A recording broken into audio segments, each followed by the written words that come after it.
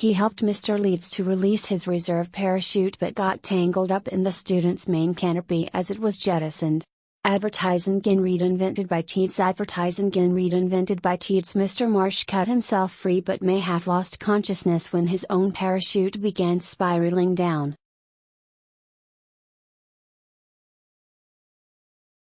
He suffered multiple injuries as he hit the ground and died at the scene.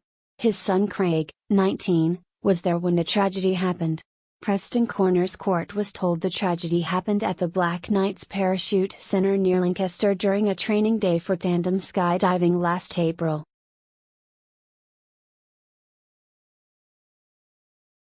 Related articles. First photos of self-confessed crazy skydiver killed in accident. Wife describes her terror as skydive went pear-shaped.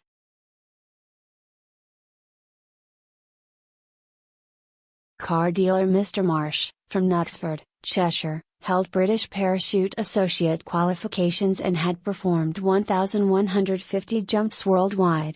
He had gone up in a Cessna aircraft with Mr Leeds to teach him a manoeuvre called canopy formation, in which jumpers fly close to each other.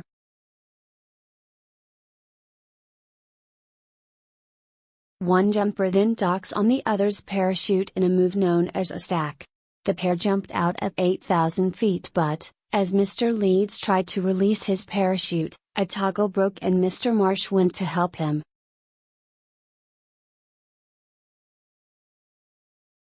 Mr. Leeds, who had done 400 jumps, told the inquest, "I reached up to deploy the left-hand steering toggle but as I pulled the toggle down the left toggle came off.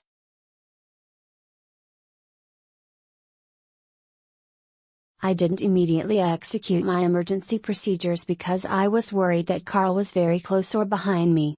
I said to him, 'Mate, my brake line has broken,' and I remember him replying, 'Okay buddy, don't worry, I'll come and dock on your canopy and we will go down together.'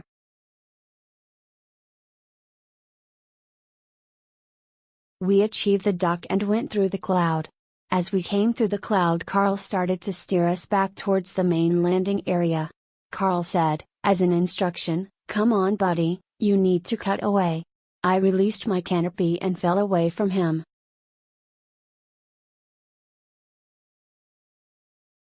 I went into free fall and then deployed my reserve. As I cut free, my primary parachute became wrapped around Carl's legs. I looked back to see that Carl was spiraling with my canopy on the bottom of his legs.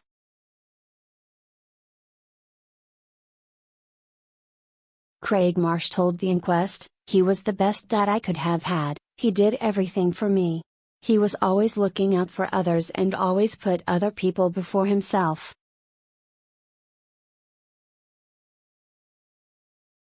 Tony Butler, of the British Parachute Organisation, said Mr. Leeds had not done anything wrong.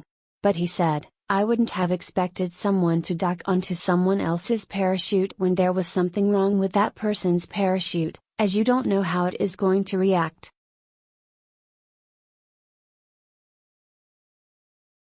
I believe Carl was probably trying to be helpful, as he knew the area whereas Dominic didn't. He said Carl probably was not concentrating on steering while he was cutting himself free and could also have been rendered unconscious by the speed of the spiraling parachute.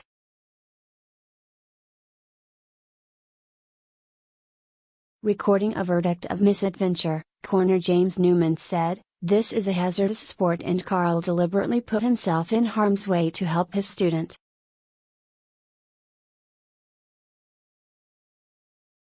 It is a testament to his character that he stepped in to help and in doing so put himself in danger."